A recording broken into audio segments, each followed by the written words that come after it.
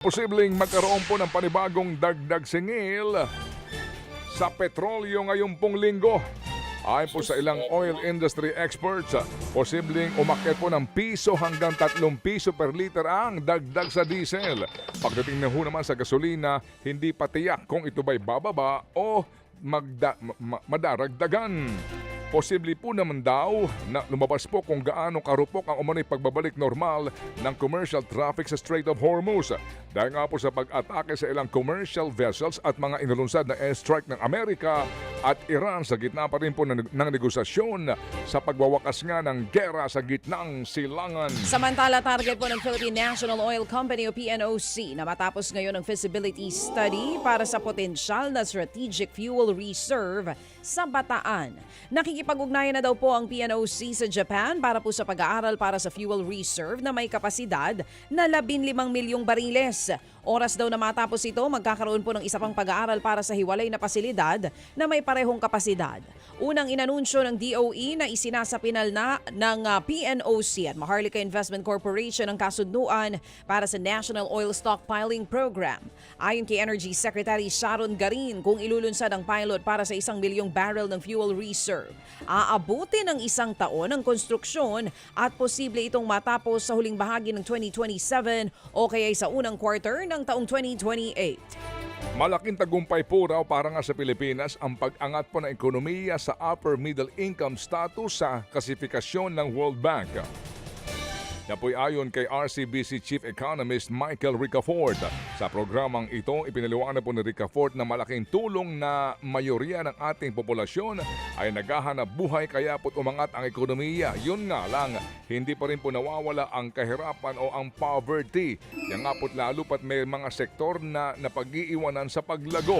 Kaya po naman idinidiin po ni Ricafort ang kahalagahan ng pagsusulong sa mas inclusive na growth para nga sabay pong maiangat ang estado ng buhay ng mga nasa laylayan.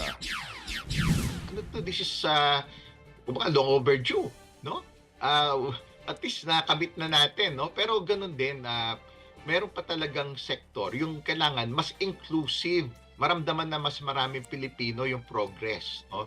Mag-trickle down especially to the most vulnerable sectors, to the poorest of the poor.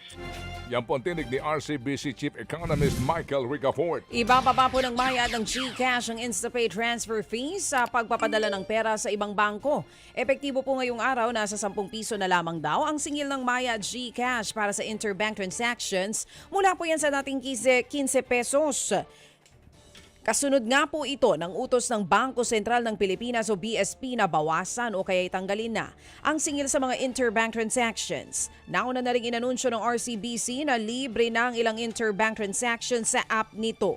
Binibigyan ng RCBC customer ng 30 libreng InstaPay transactions kada buwan sa RCBC Pulse app.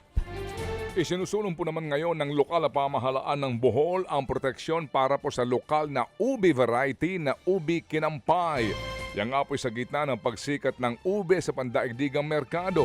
Nagsumiti po ang Bohol Economic Development and Investment Promotion Office ng application para po sa Geographical Indication o GI registration.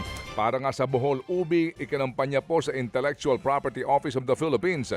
Ito nga po'y para maiwasan daw ang hindi otorisadong paggamit sa pangalang ubi kinampay at hindi ito magamit sa pagbebenta po ng ibang uri ng ube.